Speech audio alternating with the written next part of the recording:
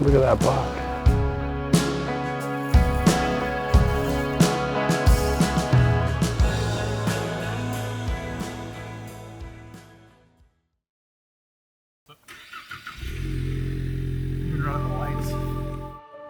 I didn't grow up hunting. I don't know. I'd always been curious about deer hunting. And then last year I deer hunted a fair bit, and first time I'd ever been in a tree stand, first time I'd ever, climbed a tree. I shot my first deer 2 years ago, but last year I really got after it for deer. I think I was taken back by how much I enjoyed it. And okay, this is actually really challenging. The goal this year was really just to harvest a mature animal. I wasn't really in a situation to be like, oh yeah, I'm chasing giant bucks, I'm gonna pass on stuff. That wasn't my goal this year. My goal was to put one on the ground with my bow. And that was I was just gonna keep the bow glued to my hand this whole season. Yeah, that was what I was gonna live and die by this year, was my bow, so. Okay, so this is the first time I've ever been on this property. Not what I expected. Just trying to find a good spot to put these cameras up, so. Just gonna keep our eyes out for obvious travel corridors. I know absolutely zero here, so we're just gonna keep exploring around and try to find a place to put these cameras up.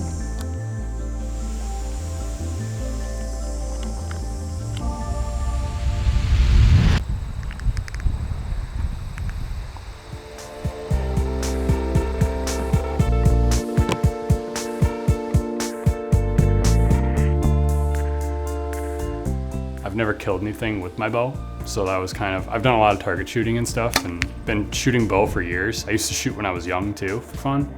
But yeah, never shot anything with it, and was just building to that point of let's see what we can do with this thing.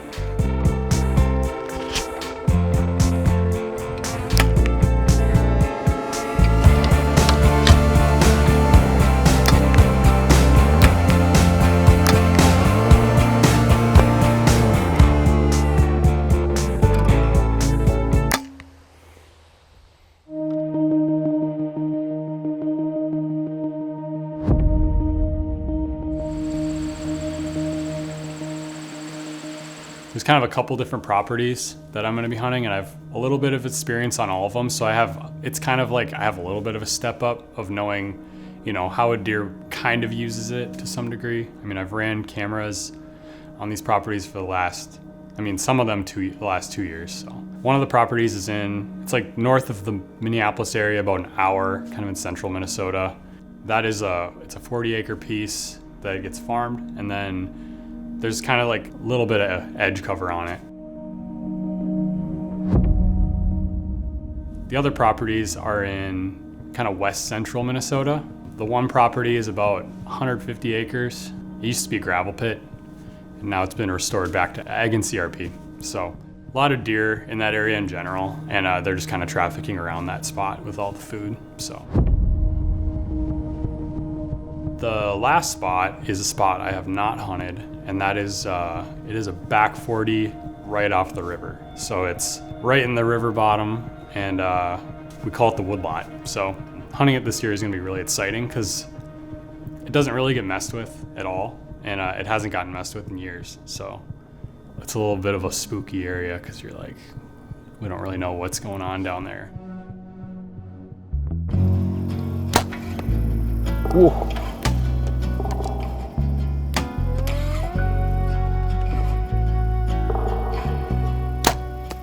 Funny enough, last year I actually reconnected with an old friend of mine. His name's Patrick, and we went to grade school together. I actually got into archery because of him and his dad. We used to target shoot in I think it was 3rd grade.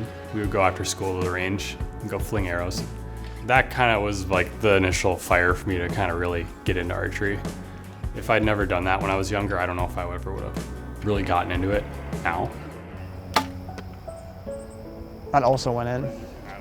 Grab one more shot, and then I owe a lot to him and his dad for dragging me along on those adventures when we were younger, because it was such a good way to get exposure to the outdoors, really. He bow hunts, so I'm well, we should just go hunt these properties. We should go hunt and do some deer camps or whatever. So he was all about it. You can put so there's not much for trees you can put. Yeah. A stand in. Okay. You could maybe put one in the...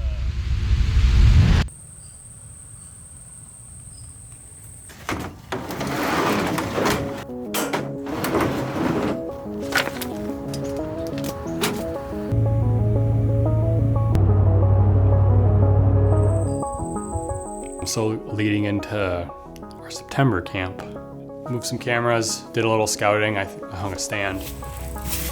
Patrick got there around lunch.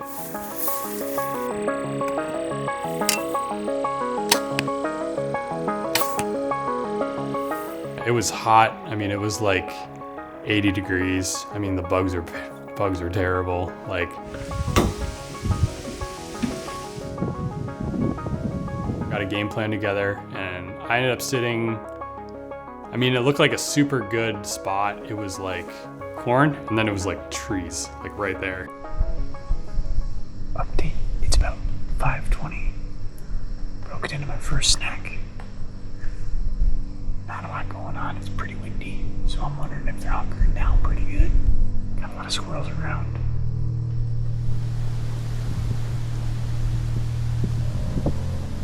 It's 5:30. Haven't seen anything yet. Snack break. It is hot, but nice in the shape. So right towards dusk, I heard some crashing through the corn in front of me, off to my right. Get my release all ready, and I'm like ready to shoot. And this doe just comes barreling out of the corn right in front of me. Comes into my shooting lane and then like keeps going another like 30, 40 yards. And then she stops, and then she's looking back, like where she just came from. Like I was watching her, and then kind of looking next to me like what's coming. And then I'm looking, and I'm like looking, and I'm like, I see a deer coming through the woods. And then at one point I can see like it has antlers. He's on this trail coming like straight at me, and he gets like 15 and stops. And then all of a sudden I see him like tuck a leg, and I'm like, there's no way. And then he just like beds down right there, right in the woods at 15 yards, like right under me pretty much. That's kind of when my mind kind of started spinning. Actually, there was another doe that worked out too to my side. So I have like two does to my side feeding at like 15 yards. And then I have a buck at 15 in front of me, bedded. I'm like, I have to pick what I'm gonna do. Otherwise, like, I'll just have to wait till dark, and then I bump them out and don't get any of them. So I decide that I'm gonna shoot the buck. He's bedded, kind of facing towards me, and then he turns his head and looks away. I'm like, okay, so then I stand up and draw, and I'm on him, and I'm like, man, it's a little dark, but I'm gonna put it right in there. It was, he was quartering to me, but it was still like, I feel like I could see his vitals pretty good. Right as he turns his head back, I shot.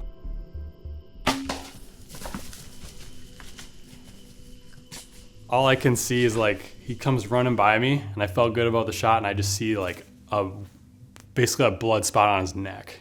And I was like, that's not the best thing ever. I'm like, well, maybe, there's a lot of like, there's some good stuff in the neck you can hit. So I'm like, maybe I hit something good. Like, I still felt pretty good about the shot at the time. Oh my gosh. I just shot a huge buck. So I text Patrick, I'm like, hey dude, I just shot a buck. I think I hit it in the neck, like not good. So I get down, go meet up with him. Oh boy. And we have good blood trail. But the blood trail just keeps going. We're searching, following this blood trail, crosses the creek, and then he starts going up the other side of this ravine. And I'm like, well, that's not a good sign. At this point, we're already 100 yards into the track. And then all of a sudden, it's just no more blood.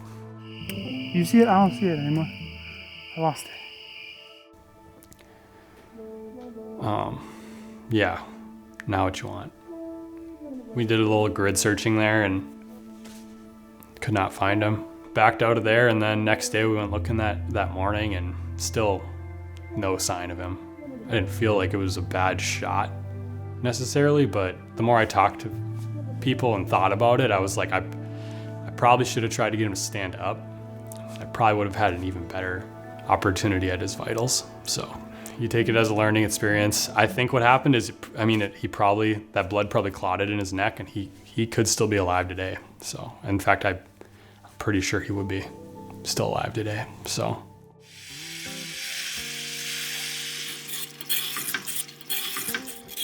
I think this could feed 4. It's the camera. It is the camera. I'm getting a little like, ooh. That, and I'm like doughless and buckless. Just, you know. You're not hopeless. I'm not hopeless. We hope. Neither am I Joe-less. Loaded. Oh yeah. Did I get a double bottom bun?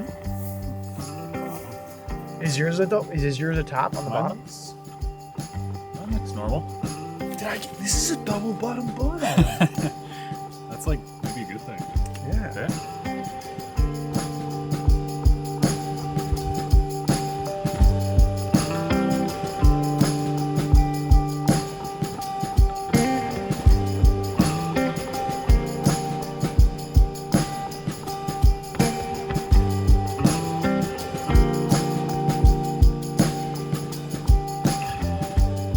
Super fun. Yeah, we're gonna do it again. Yeah, man. So Patrick was there for a few days, and then Patrick had to head home, and then Damon came out that same day Patrick left, and Damon was gonna help me with some filming, and I was very excited to have him kind of be a part of this project.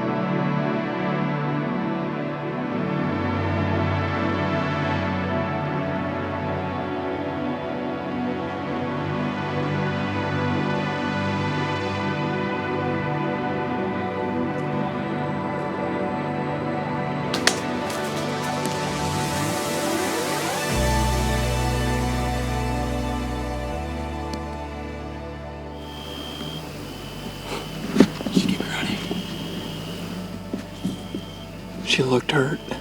Yeah. I couldn't tell where you hit. It was good. Huh? I think it was good. Dude, you were holding forever. I know. I thought she was gonna move quicker. It's part of it, man. Yeah. I just have a lot of respect for bow hunters. And it's humbling. Very humbling. Literally, we drew it up almost like perfect, and then it was like just poor execution on my part. In my head, the shoulder blade on the deer did not bend that way that it does. So I put that arrow way too forward, and I definitely found the shoulder blade. What happened? So the arrow hit, snapped. She took off running. So maybe we'll find a bed and some blood, and I guess we'll go from there tomorrow. But it was an easy shot, you know. Should have been a done deal. So you can prep as much as you want, and stuff still doesn't go right. And that's just, I think any hunter knows that.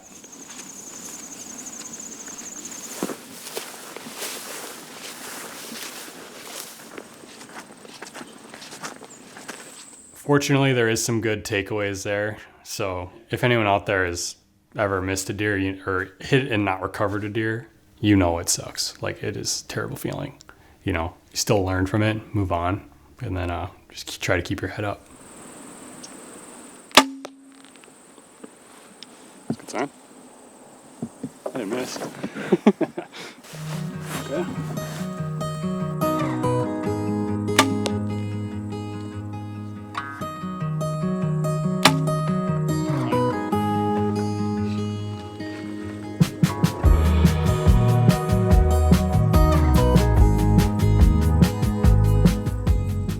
We're gonna go sit again tonight, new spot. It's a little riskier for the wind, but there's been a ton of action on this camera, and I feel feel confident we can still get a good shot off without them busting us. So it's hot, honestly, like real confident about tonight. I think we're gonna see some stuff and hopefully the right one walks in front of us. That's all we can hope for. So here we go.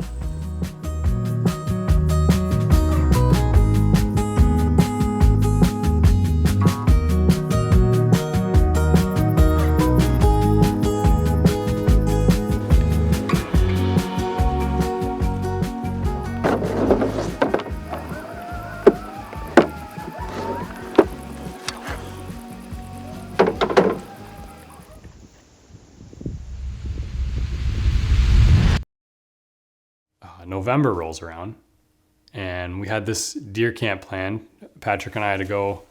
We'd planned to hunt the woodlot property this time because it was definitely more of a rut kind of activity spot where like these deer are going to be cruising this bottom. And we should have some good opportunity at like trafficking deer through this area. So we did our November camp basically the week leading up to gun season, which in Minnesota is like the first week in November. We set up camp and we're just like right after the races, like let's get in the tree as soon as we can and start hunting. And it was pretty neat hunting down there. The first day I ended up sitting in more over like a bedding area, and then Patrick sat next to the bottom. And I saw a few deer and he saw a few deer. He saw like a giant buck, but no shooting opportunities that day.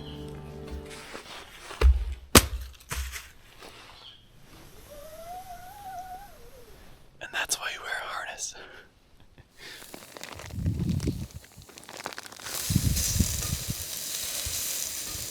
I got this new sauerkraut.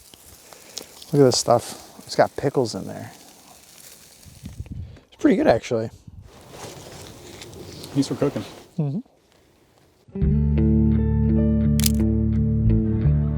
That next day, we both saw like so many deer. I think between the two of us, we saw like 15 or 16 deer that day, which was like super good intel, especially because it was like day 2 and we still had like 3 more days left. And it's like, okay, we just watched a dozen deer use this trail. Maybe we should go set up on that trail, you know, that kind of thing.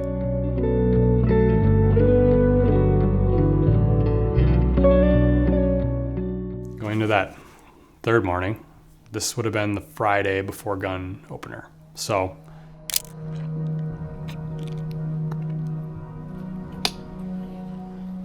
I get into the stand really early. I have this pack that I always use, and there's like a side pocket on it. It's like a water bottle kind of spot.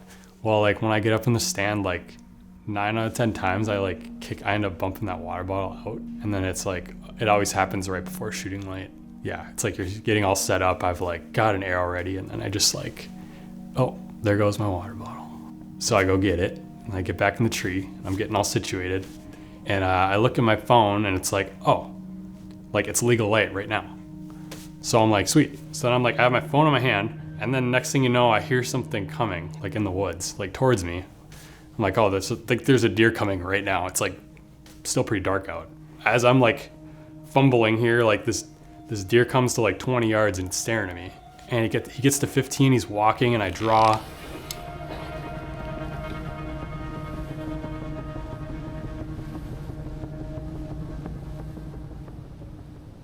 And then he's like there, and when I draw, he's still walking, and I stop him.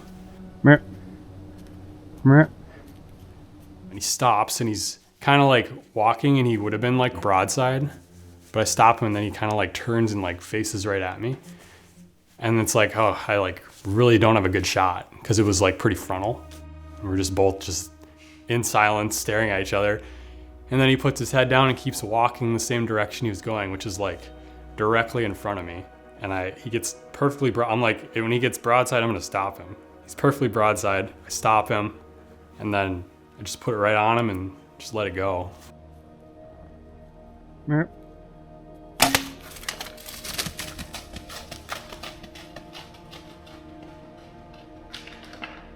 Heard a good whack. He took off running, and I was like, okay.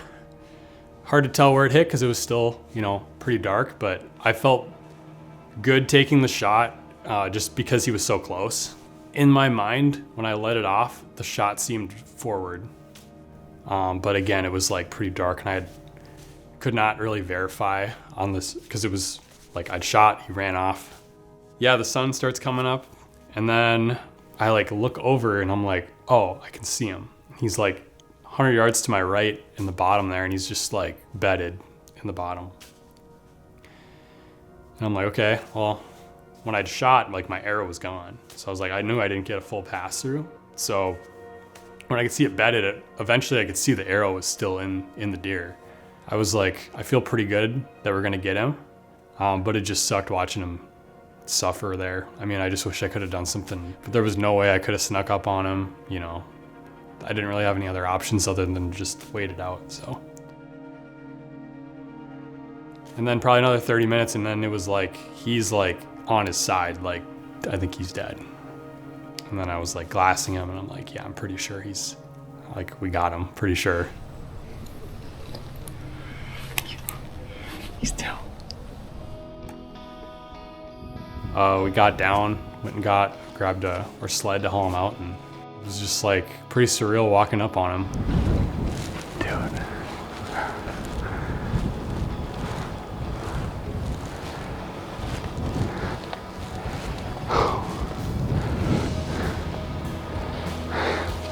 We got him. Dude. Look at that buck.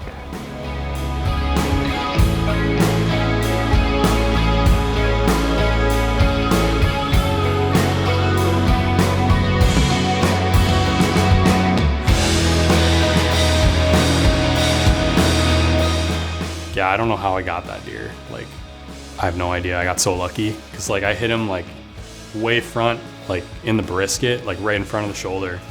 And I don't know, it just was like, here he is. Like, it just didn't feel real to like actually get him after everything that happened this season. It was like, I was just so happy.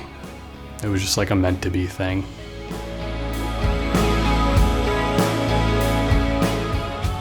Took some pictures and got him hauled out of there. Yeah, it was pretty memorable hunt for sure. If the deer was killed with a vertical bow during the archery season, press or say to. Archery is just a challenge, and it's like being that close to the animal is just really cool. Even if it's like a deer you don't plan on shooting, or it's just so cool just to be in the woods and kind of get that experience like right there. I mean, I don't know what else really compares to it. But yeah, I feel like I'm in the club now.